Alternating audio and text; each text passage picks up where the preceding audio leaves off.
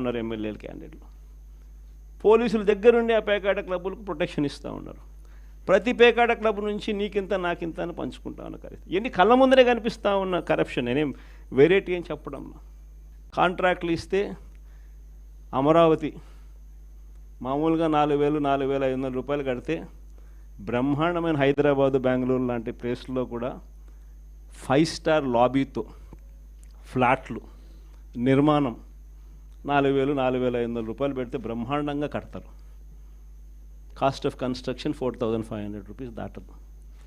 అమరావతిలో cost of construction 10,000, 9,000. కళ్ళ ముందరనే mobilisation advance. ఇంతకుముందు లేదు మొబిలైజేషన్ అడ్వాన్స్, ఇప్పుడు మొబిలైజేషన్ అడ్వాన్స్ ఇస్తున్నారు. అంటే పనులు చేయక మునిపే 10% మొబిలైజేషన్ అడ్వాన్స్. మొబిలైజేషన్ అడ్వాన్స్ 10% ఇస్తున్నారు, అందులో 8% తీసుకుంటా ఉన్నారు. కళ్ళ ముందర కనిపిస్తూ ఉన్న కరప్షన్ ఇవన్నీ. పీపీఏలు ₹4.60. మన హయాంలో ₹2.49 మనం పీపీఏ చేస్తే నానా యాగి చేసినారు. ₹2.49 అనేది రాష్ట్ర చరిత్రలో ఎప్పుడు జరగలే. దేశ చరిత్రలో కూడా అతి తక్కువ ధరకు మనము ₹2.49 పీపీఏ చేసుకున్న పరిస్థితులు. అలాంటిది వెన్నుదట్టి ప్రోత్సహించాల్సింది పోయి అప్పుడు కూడా మన మీద బురద జల్లినారు. తీరా వాళ్ళు వచ్చిన తర్వాత పరిస్థితి ఏంటి అంటే ₹4.60 పీపీఏ కళ్ళెదితే. ఇవన్నీ నేను ఎక్కడా కూడా కంటి ముందర కనిపించే కరప్షన్ మాత్రమే చెప్తా ఉన్నా. నియోజకవర్గంలో ఏ నియోజకవర్గం అన్నా తీసుకో, ఆ నియోజకవర్గంలో మైనింగ్ జరగాలన్నా, ఆ నియోజకవర్గంలో మట్టి గ్రావెల్ జరగాలన్నా, ఆ నియోజకవర్గంలో ఎవరైనా పరిశ్రమ నడుపుకోవాలన్నా ఎవరైనా కూడా నడుపుకునే పరిస్థితి లేదు. రావాలా, ఎమ్మెల్యేతో మాట్లాడుకోవాలా, ఎమ్మెల్యేకి ఇంత డబ్బు ఇవ్వాలా. పోలీసులు దాని దగ్గర నుండి సహకరిస్తారు. ఎమ్మెల్యే ఇంత తీసుకుంటాడు, పైకి ఇంత పంపిస్తున్నాడు. కళ్ళ ముందర కనిపిస్తూ ఉన్న కరప్షన్ ఏంటి విడిగా జరుగుతూ ఉంది.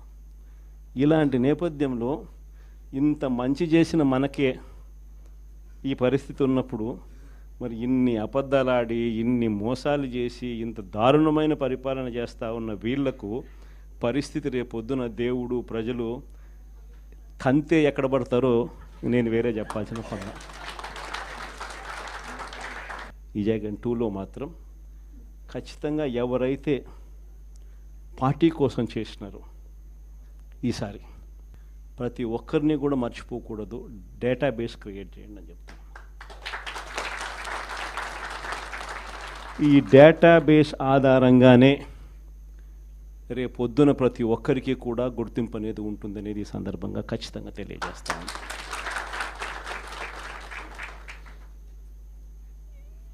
ఇక్కడే కాదు, రాష్ట్ర వ్యాప్తంగా కూడా రాబోయే రోజుల్లో నెక్స్ట్ 1 వీక్లో, నెక్స్ట్ వీక్ బహుశా ఒక యాప్ కూడా తయారు చేస్తా ఉన్నాం. దాంట్లో కూడా మీ సీనియర్ లాయర్లు అందరూ కూడా దాంట్లో యాప్లో కూడా ఇన్వాల్వ్ అవుతున్నారు.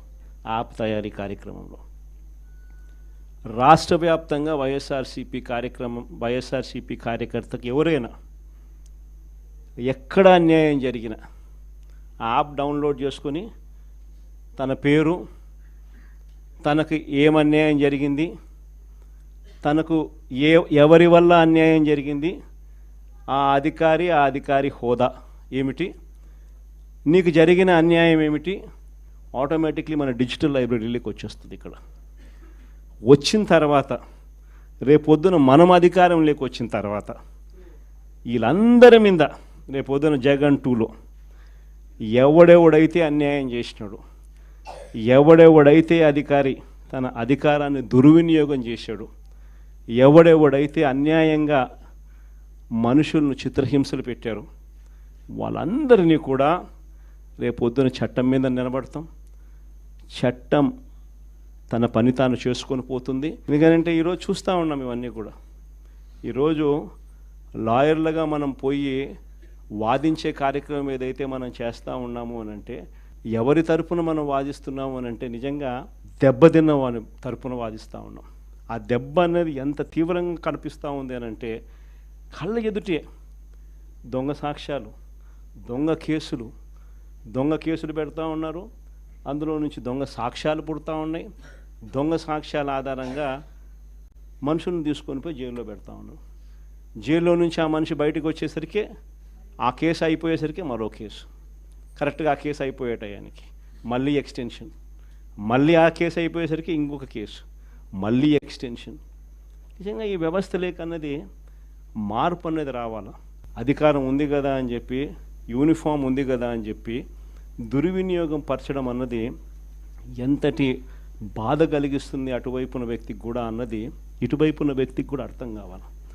అర్థం కావడానికి అందుకనే లాయర్లు చేయించిన ఈ యాప్ని మనందరి సమక్షంలోనే నెక్స్ట్ వీక్ అది కూడా లాంచ్ చేసే కార్యక్రమం కూడా చేస్తాం. రాష్ట్ర వ్యాప్తంగా ఈ కార్యక్రమాలన్నీ చేసే ప్రతి విషయంలో కూడా మరొక్కసారి మళ్ళీ చెప్తా ఉన్నా, మీ పాత్ర చాలా ముఖ్యం. ఈరోజు రాష్ట్రంలో ఉన్న ప్రత్యేకమైన పరిస్థితులు ఏమిటో, ఈ ప్రత్యేక పరిస్థితుల మధ్య మీరు పోషిస్తూ ఉన్న పాత్ర ఏమిటో నేను వేరే చెప్పాల్సిన అవసరం లేదు. నిజంగా ఈరోజు పార్టీకి అన్ని రకాలుగా ఒక పెద్దన్న పాత్ర ఎవరైనా పోషిస్తూ ఉన్నారు అంటే అది న్యాయవాదులే అని చెప్పాలి.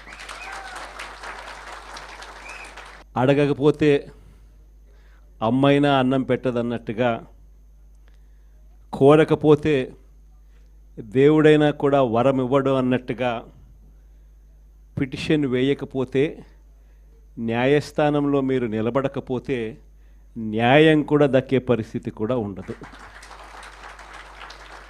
కలియుగం అన్నది ఏమిటి అన్నది ఈ చంద్రబాబు నాయుడు గారి పరిపాలన చూస్తే ఈ 14 నెలల్లో